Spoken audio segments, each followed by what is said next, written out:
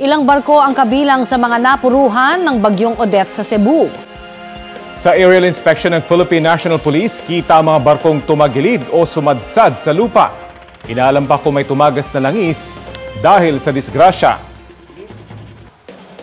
Magandang tanghali po. Oras na para sa maiinit na balita.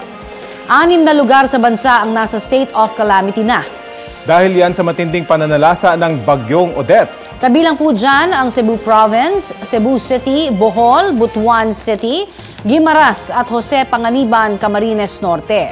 Dahil nasa state of calamity, otomatikong ipatutupad ang price freeze sa mga pangunahing bilihin sa nasabing mga lugar. Sa tala ng PNP, 208 nang nasawi dahil sa bagyo. Sa datos naman ng NDRRMC kahapon, 31 pa lang ang napaulat na nasawi. 4 dito ang kumpirmado, habang 27 ang for validation pa. Wala pang inilalabas na bagong datos ang NDRRMC kaugnay sa pinsala ng bagyong Odette. Sa Palawan, naghuling landfall ang bagyong Odette bago ito tuluyang umalis sa Philippine Area of Responsibility o PAR. Sa Island Municipality ng Araceli sa Palawan, ramdam na ramdam din ang epekto ng bagyong Odette.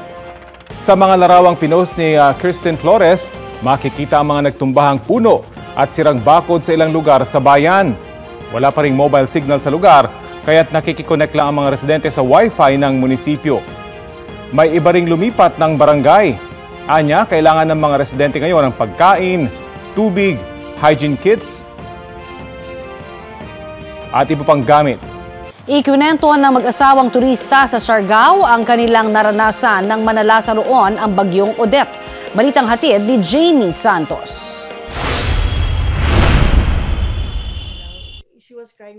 Napaiyak ang mag-asawang Martha at Dean nang alalahanin nila ang sinapit sa Siargao habang humahagupit ang bagyong Odette. Bukod sa matinding takot at trauma, inaalala raw nila ngayon ang mga naiwan doon. Oh my God! Everybody's like, yung mga coconut trees na ang ganda-ganda kasi Siargao yun. Opo.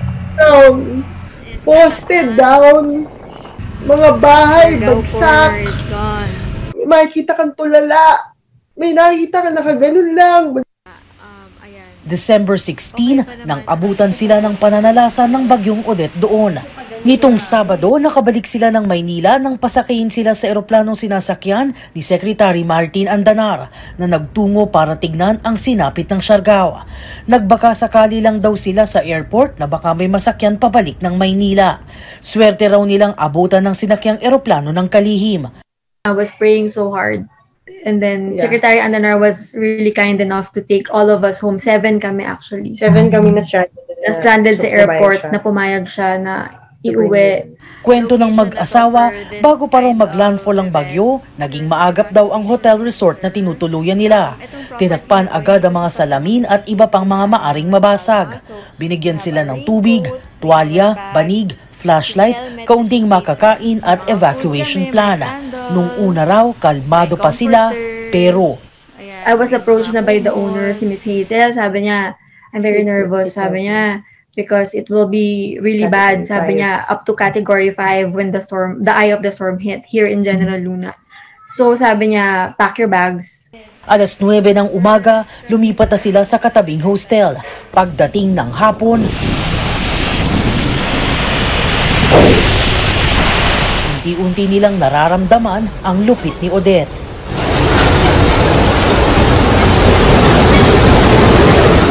Rinig na rinig daw nila ang lakas ng hangin at kung paano nito winawasiwas ang mga puno. You can hear the wind, tapos talagang woo, gano'n, tapos yung mga trees, tapos the dogs are howling, people are crying, people are recording last will and testaments. Sa Diyos daw sila kumapit sa tila napakahabang oras ng kanilang buhay. Sa YouTube page ni Martha, ipinakita din niya ang mga iniwang pinsala ng bagyo kinabukasan, ang mga residenteng bumibili ng supply ng pagkain, mga natumbang puno at mga nawasak na bahay. Nananawagan ng tulong ang mag-asawa para sa mga taga-Siargao. They need food, water, gas is running out for, syempre, mode of transportation, motorbikes and for tricycles, for generators also. Tents, blankets, kasi ang daming nawala ng ng tirahan talaga, yung mga locals. Bagamat may trauma pa, nais daw nilang makabalik doon para makapagpadala ng tulong. Mixed emotions eh. Parang masaya kaming nakauwi pero we're sad at the same time kasi alam namin yung situation sa Siargao. Then ang dami naming mga kasama sa hotels, mga friends na naiwan doon na kung kaya lang naming dalhin sila pabalik lahat dito sa Manila, ginawa na namin. Jamie Santos, GMA News. Matinding pinsala sa mga ari-arian ang iniwan ng pananalasa ng Bagyong Odette sa ilang lugar sa Bohol. Umapila rin ng tulong ang mga sinalantaroong wala na raw makain at uhaw na uhaw. Balitang hatid ni Ian Cruz.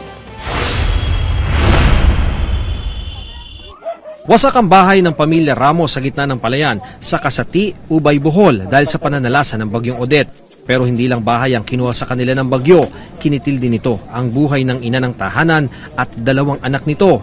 Kasagsagan ng bagyo habang nagigiba ang kanilang bahay, lumikas ang 7 miyembro ng pamilya sa kalapit na bodega ng palay.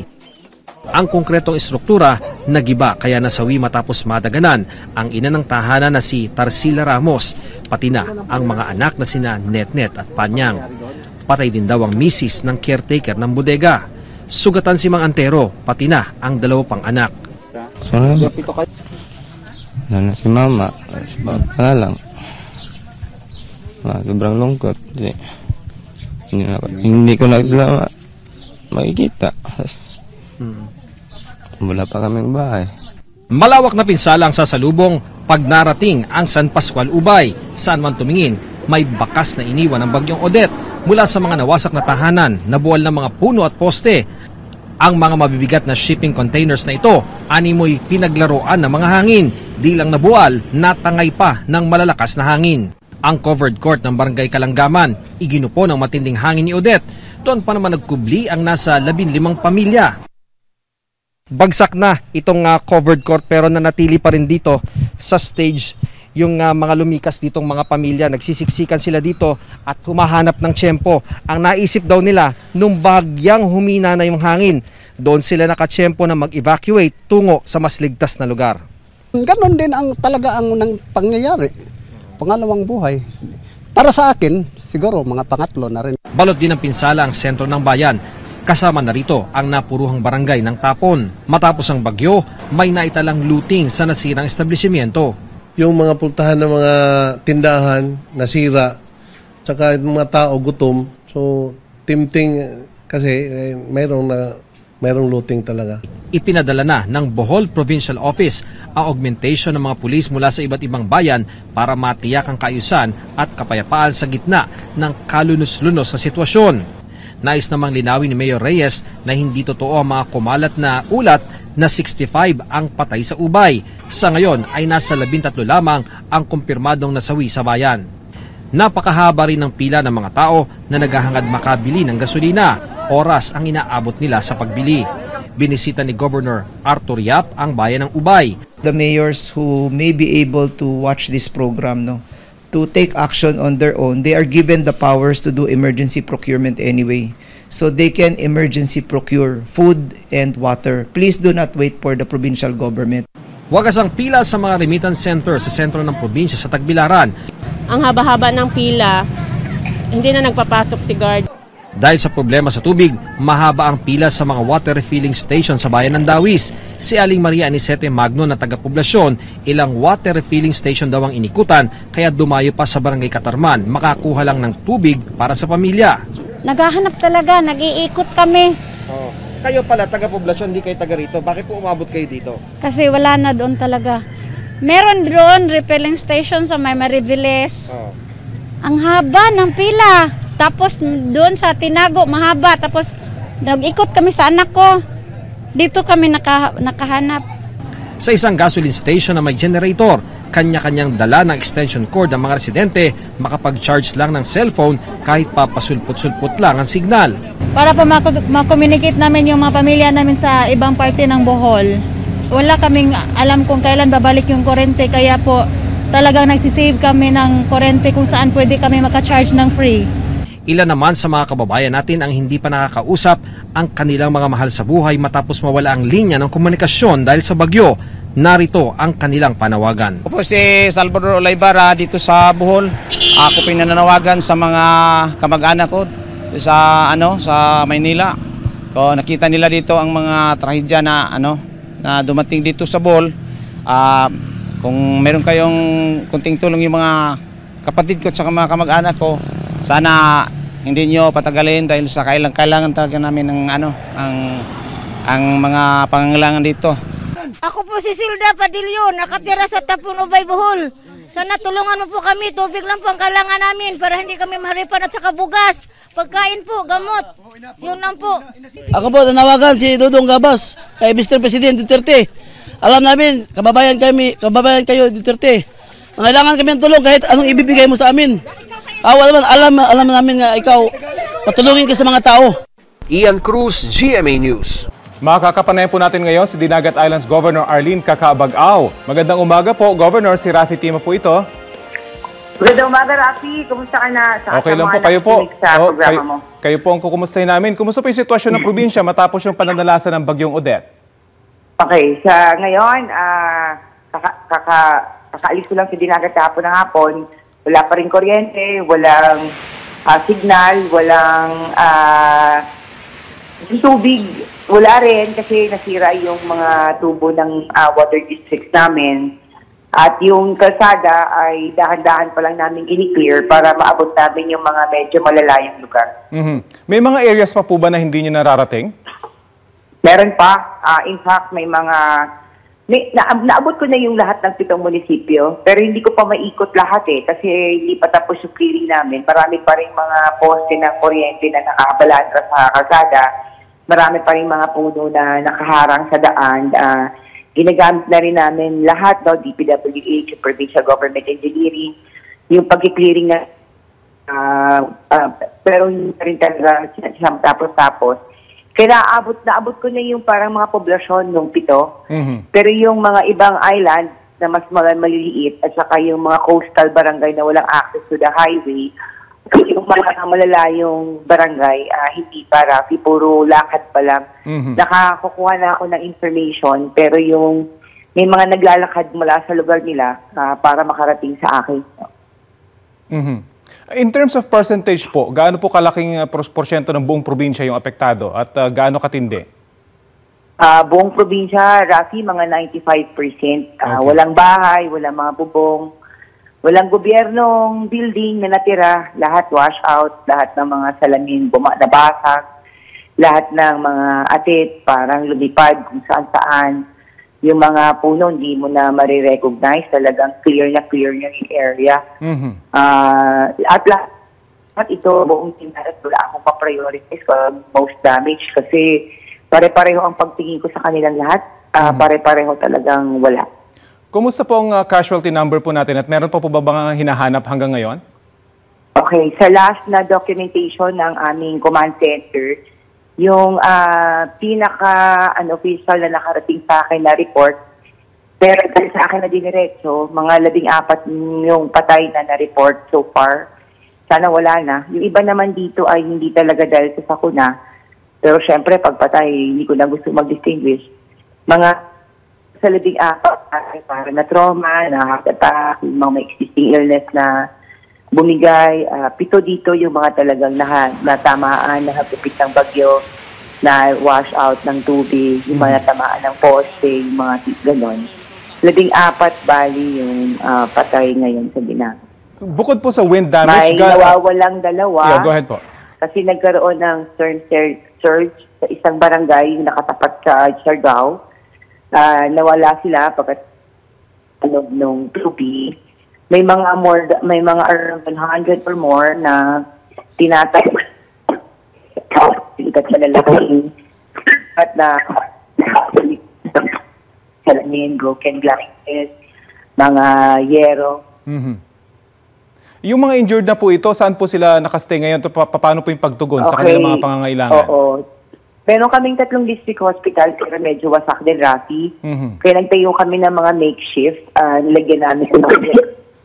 Dinistribute namin namin dun sa talagang sa pinakamalapit na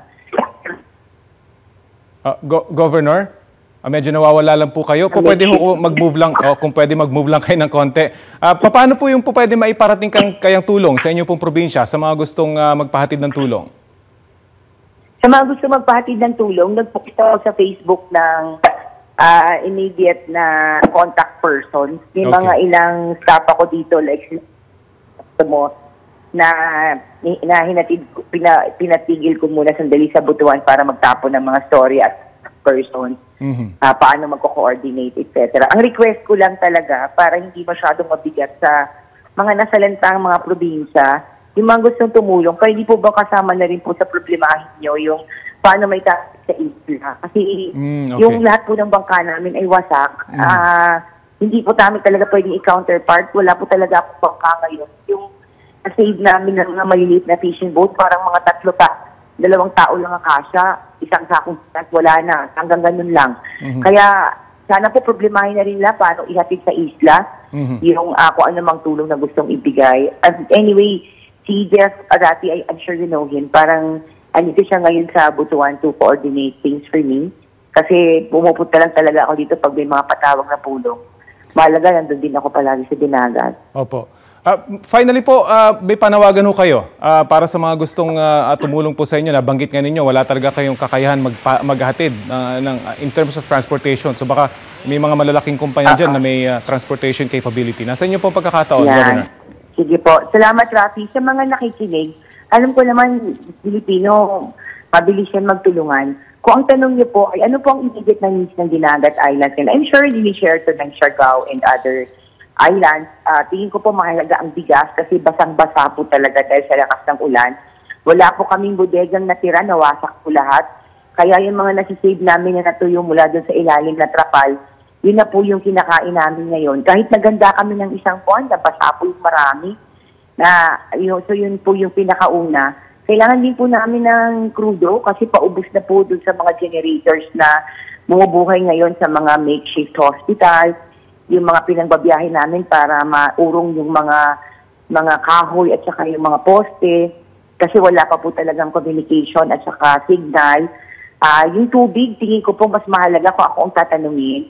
Hindi po yung totoong tubig, yung pong water salinator, yung water hydrant, yan po. Yan po yung nag-release ng tubig kasi tingin ko ang next challenge ay pagtatae at saka yung mga lagnat, ganyan, cause ng parang kawalan din ng pag-inom ng malinis na tubig. At saka sana parang drum na pwede namin imbakan ng tubig na maiinom per household. Sa Dinagat po, mga 23,000 households yung gusto kong bigyan agad ng mga drum. Papaikutin po namin yung mga bombero namin para po ibuhos yung mga tubig. Kung malalagyan na namin ng mga water hydrants. Kasi may mga ilog naman po kaming pwedeng pagkuhaan. Aside from that, immediately, syempre po, kailangan namin ng mga makeshift, ng mga tent. Kung hindi pa natin kaya agad mag-mobilize ng mga yero, kahoy, at pako at martilyo. Kasi binibuild din po nila ang shelter nila.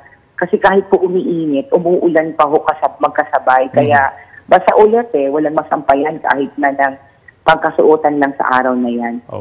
Marami pa pero itingtingin kong pinakamahalaga na tatawid ulit sa ilang linggo sa Dinagat. I'm sure marami po nakikinig at nanonood na gustong tumulong po sa inyo. Sana maiparating agad sa inyong probinsya. Maraming salamat po sa inyo.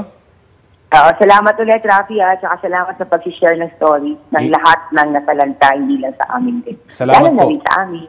Thank you. Ingat po kayo dyan, Dinagat Island Governor Arlene Cacaabag-Ao. Sa iba pang parte ng Bohol, problema rin ang nawasak na mga bahay, matinong pagkukunan ng sapat na pagkain at inumin. Balitang hatid ni Nico Wahe. Oh my God. Surigao City needs help. Kalunos-lunos ang sinapit ng mga naninirahan sa Barangay Luna, Surigao City. Isa kasi sila sa pinakanapinsala ng Super Typhoon Odette. Sa lakas na naranasang hangin at ulan, nabuwal ang malalaking puno at nawasak ang mga bahay at ilang establishmento sa Barangay Luna. Maraming poste rin ang pinadapa kaya walang supply ngayon ng kuryente ang lugar. Ayon kay Gaya Cortez, ilan sa pinakaproblema ng mga tao ngayon doon ay ang pagkain, lalo na ang maiinom na malinis na tubig. Umaasa ngayon ang mga residente sa tubig na nanggagaling sa bundok para panligo, panlaba at panghugas ng mga plato. Humihiling sila na matulungan lalo na mga bata dahil ang ilan daw ay nagkakasakit na. Halos nilimas naman ng bagyong Odette ang kabuhayan at kabahayan sa How Island sa Talibon, Bohol. Wasak na wasak ang mga bahay at tila nakalbo ang mga puno dahil sa malakas na hangin, ulan at hampas ng alon mula sa dagat. Kwento ni Marlene Susos Badro, hanggang ngayon hindi niya makontak ang kanyang mga pamilya sa isla. Wala raw kuryente at ang huling balita raw niya ay nasa evacuation center ang mga residente. Dagdag pa niya, 4 na araw nang nakalilipas mula nang huli niyang makausap ang isa sa kanyang mga kapatid. Pinasok na raw ng tubig ang evacuation center at umabot na halos leeg ang baha. Hanggang ngayon, wala na raw siyang komunikasyon sa mga kaanak, kaya naman nananawagan siya ng tulong. Nico Wahe, JB News. Patuloy po ang pagtanggap namin ng mga panawagan kaugnay sa bagyong Odette. Si J.G. Niaki, nanawagan para sa mga taga-Himbagan, St. Bernard sa Southern Leyte. Marami raw ang nawalan ng bahay doon dahil sa storm surge at hindi sila maabot doon dahil walang signal at malayo ang biyahe. Sana ay maabot din daw ng tulong ang Cagdiano Nueva Estrella sa Dinagat Island ayon kay Edeliza Vianya. Si Ching Ching umaapilan na rin para sa mga kababayan niya sa Surigao City. Wala na raw pagkain, tubig, kuryente at sira pa ang mga cell site doon. Si Jean Rose Cordita Barbado, ibinahagi pa ang nangyari sa bahay ng mga kapatid niya sa Cebu dahil sa bagyo. Para po sa mga nasalanta naman sa Negros Occidental ang panawagang tulong ni Tana Lee. Mga kapuso, makisali po sa aming online talakayan at bisitahin ang Balitang Hali Facebook page at mag-comment. 4 na pulis ang arestado matapos masangkot umano sa Holy Dap sa Pasig City. Ang mainit na balita hatid ni John Consulta.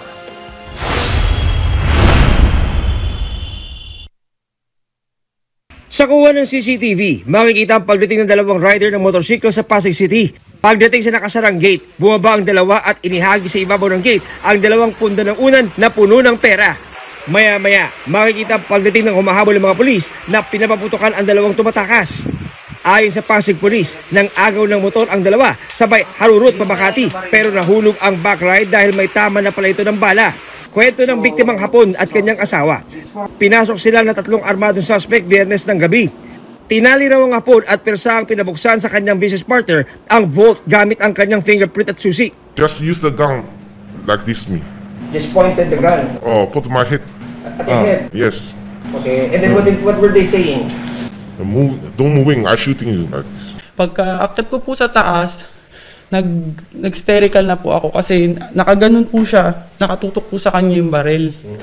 Tapos tinutukan din po ako ng baril. Sa follow-up operation, nahuli si Police Corporal Christian Jerome Reyes na naka-police uniform sa substation kung nasaan rin ang nakaw na 10 million pesos. Arestado rin sina Police Corporal Merrick Desolok, Patrolman Kirk Almohera at ang sugatang si Police Staff Sergeant Jason Bartolome na rider ng motor. Patay naman ang backride niyang si John Carlo Atienza. Kabago ba ako sa serbisyo? Ha? Anak ng baka. Full dapper. At bakit nagawa mo? O ikaw, pasabi-sabi ka kanina na wala kang alam. Ikasama ka palang pumasok doon. Ayon sa NCRPO, kasama sa inaresto ang isang dating tauhan ng negosyanteng Hapon na nakipagsabuatan umano sa may 7 suspect para isagawa ang panloloob. On duty pa nga yung loko-loko na yan, no? O, hinubad lang sandaling uniforme ng hold up. Nung natapos ng hold up, sinuot kagad yung uniforme din. So, papalapasin nila na meron silang search warrant, meron silang ganito ganyan, and then yan yung kinalabasan ng hold up. Pero I just would like to make it clear that we will never tolerate this kind of illegal activity. Patuloy ang manhunt operation para sa 2 pang suspect. John Consulta, GMA News. 4 ang sugatan matapos araruhin ng isang van ng concrete barrier sa bahagi ng Mandaluyong kagabi. Ang driver nakainom umano. Balitang hatid ni Mai Bermudez.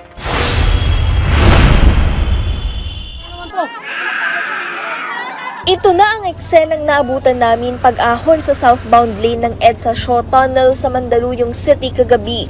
Wasak ang harapang bahagi at mga bintana ng van na ito matapos araruhin ng mga concrete barrier sa bus lane.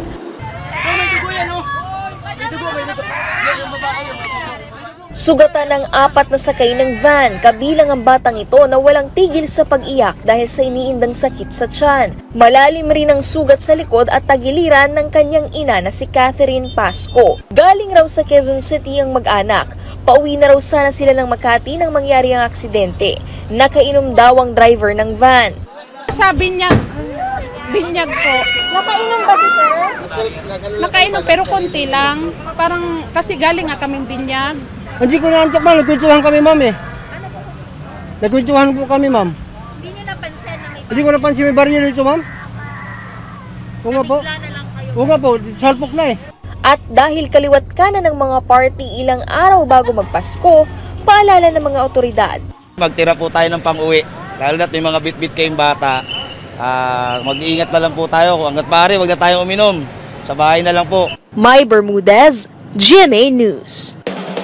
Patuloy na lumalapit sa Vietnam ang bagyong Odette na unang nanalasa sa ating bansa. Huling namataan ng Pag-asa ang bagyo sa 690 kilometers north-northwest ng Pag-asa Island, Kalayaan, Palawan. Nananatili itong typhoon na may international name na Rai. Sa ngayon, hanging amihan at shear line ang nakakaapekto sa malaking bahagi ng Luzon. Base po sa wind forecast ng Metro Weather, walang inaasahang bagyo na mamumuo o papasok sa Philippine Area of Responsibility hanggang araw ng Pasko.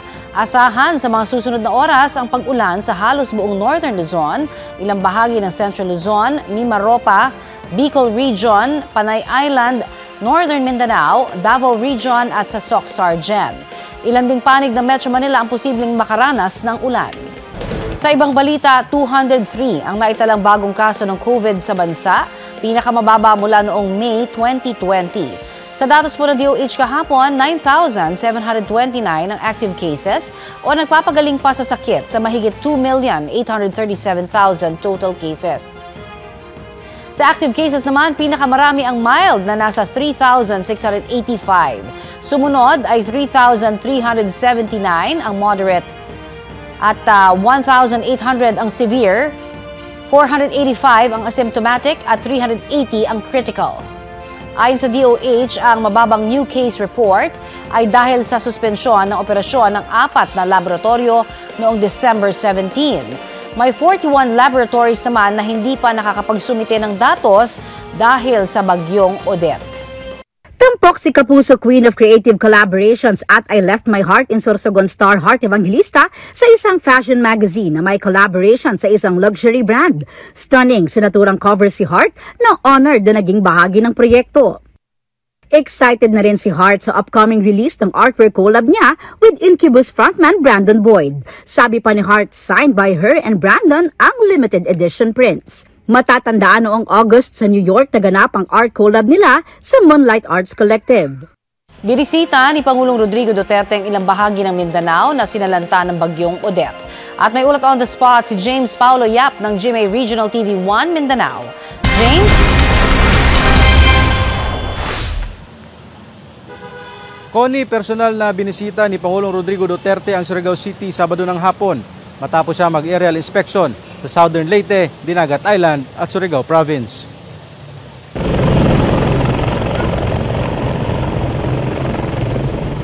Sa ikalawang araw matapos ang pananalasa ng bagyong Odette sa Surigao City, personal na binisita ni Pangulong Rodrigo Duterte ang syudad at nakipagpulong ito sa mga lokal na opisyal ng Surigao Province.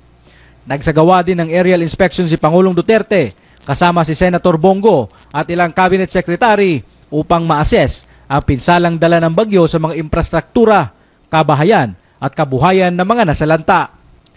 Ilang araw nang walang kuryente at bagsak ang linya ng komunikasyon sa lugar. Kaya itong si Mary Angel Asierto, bumiyahe pa ng 2 oras mula Placer, Surigao del Norte hanggang sa bayan ng Alegria upang makasagap lang ng signal ng komunikasyon. Please lamang, ang signal lang dyan ang importante tungod kay di na namo makuha na mo pamilya sa gawas. And dit po na mo ka ng Sir Nico. For sure kay ang kurente sa ng tubig sa maliyog sa mga tao nga or sa government maybe.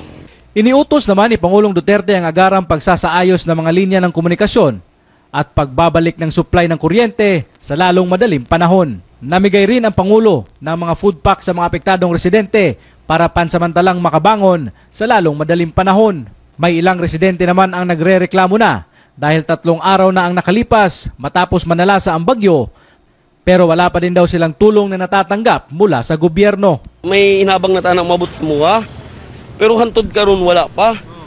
Nga mo mga silingan diri, anak una na ni sige magrin sa akay na lang magunay-unay lang siguro. Kay way na hinabang nangabot sa amo.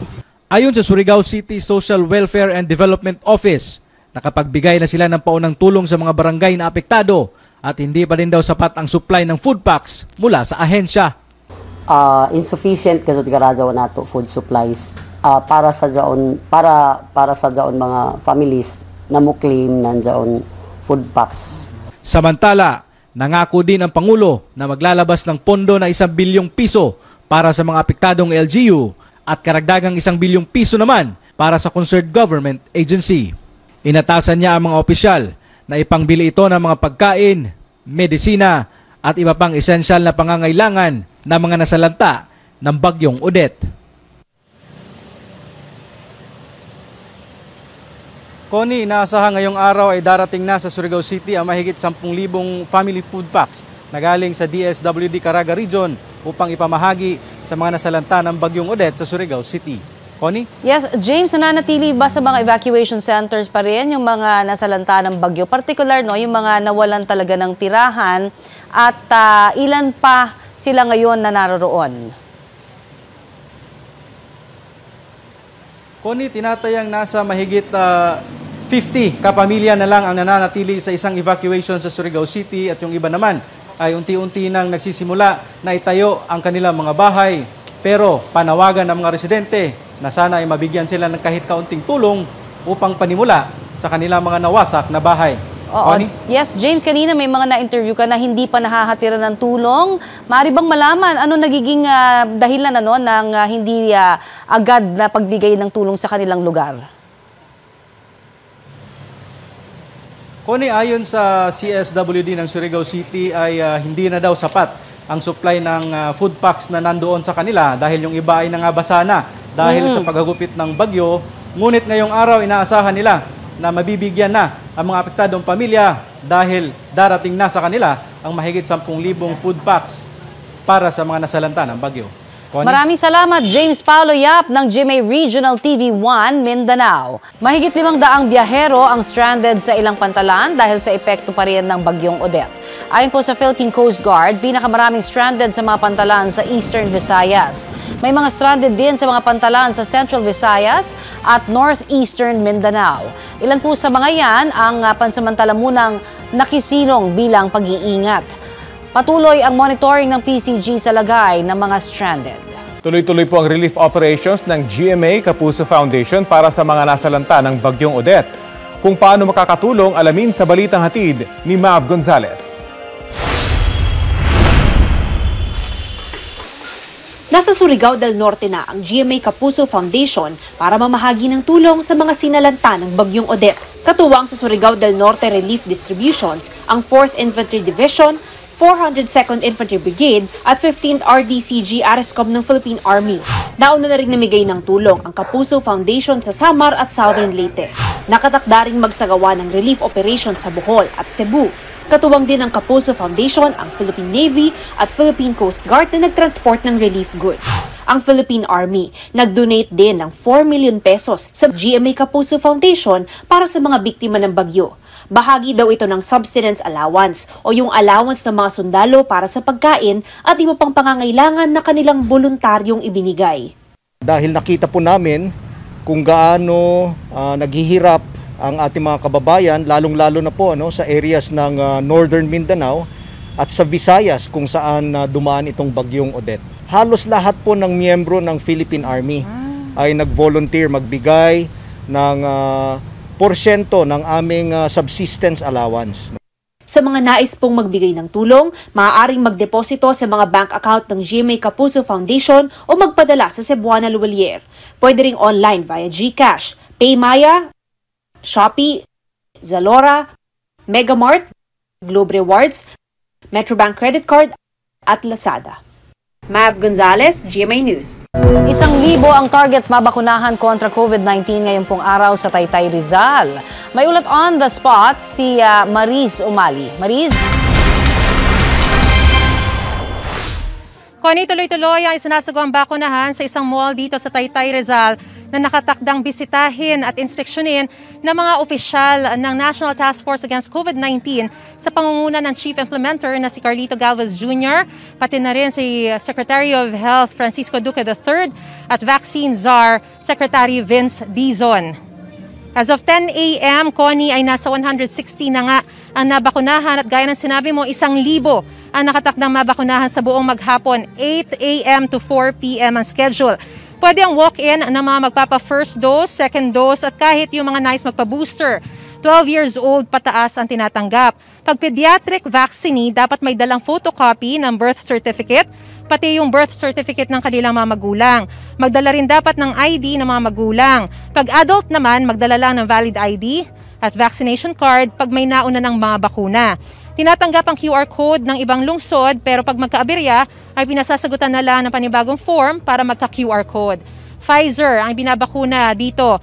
Ngayon dapat December 20 to 22 nakatakda ang simula ng National Vaccination Days sa Visayas at Mindanao, Bicol Region at Mimaropa na apektado ng bagyong Odette. So alamin natin mamaya, Connie, sa mga opisyal kung kumusta ang bakunahan, kung natuloy ba matapos ngang manalasa ang bagyong Odette sa iba't ibang bahagi ng bansa, lalo na sa Visayas at Mindanao. So yan muna ang latest update mula rito sa Taytay, Rizal. Balik sa iyo, Connie.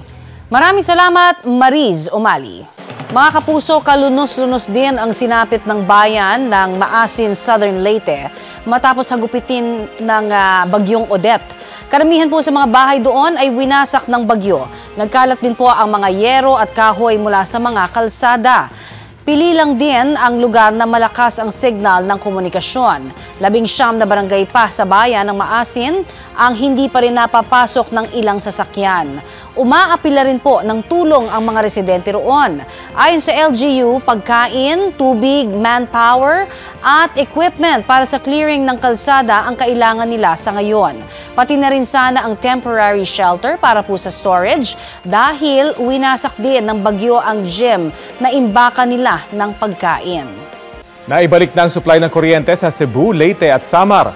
Ayon sa National Grid Corporation of the Philippines o NGCP, kasunod yan ang tagumpay raw na implementasyon ng Alternative Power Restoration Scheme sa mga lalawigan.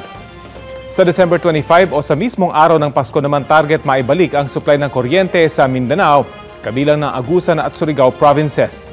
Wala pang schedule sa ngayon kaugnay ng pagbabalik ng supply sa Bohol, habang patuloy ang assessment sa lawak ng pinsala roon. Ayon sa NGCP, 520 na mga tauhan at 65 line gang na nila ang nakadeploy sa mga lugar na tinamaan ng bagyong Odette. Maglalabas din daw sila ng updated restoration schedule oras na makumpleto na ang assessment sa mga napinsalang linya ng mga kuryente. Isinara muna para sa commercial flights ang mga paliparang napinsala dahil sa pananalasa ng bagyong Odette. At may ulat on the spot si Oscar Oida. Oscar? Yes, Connie,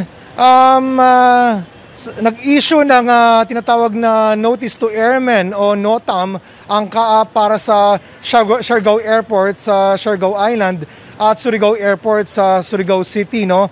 Nakasaad dito na pansamantalang isasara ang operasyon ng naturang mga paliparan maliban na lamang para sa mga government, military, emergency, cargo and humanitarian flights.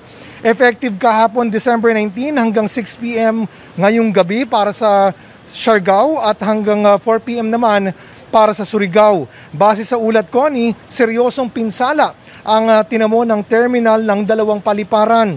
Operational naman daw ang komunikasyon sa Surigao Airport. Sa Connie, pansamantala na mga isinara ang operasyon sa San Vicente Airport sa Palawan, no? Dahil daw nagkaroon problema sa power at komunikasyon.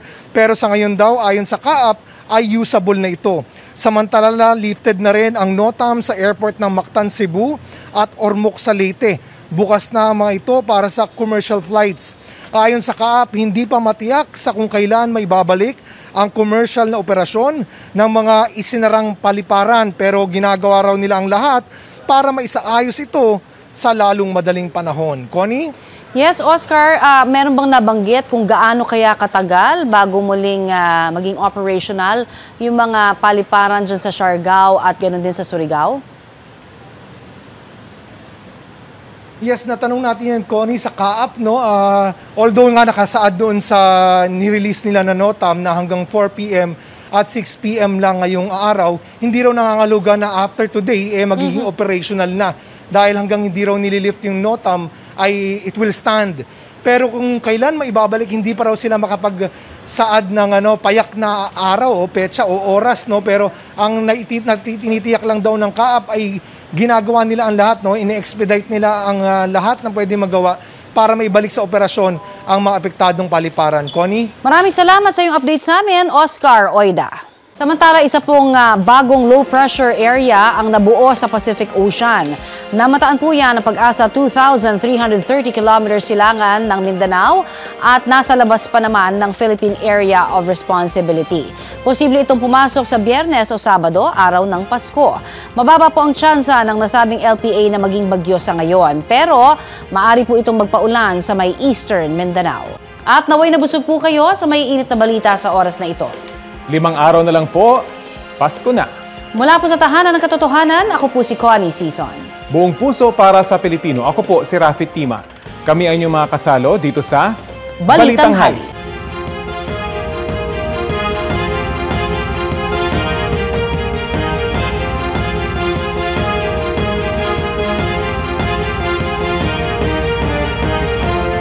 Maging updated po sa mga maiinit na balita. Maaring mapanood ang Balitang Hali at ang iba pang award-winning newscasts sa youtube.com/GMA News.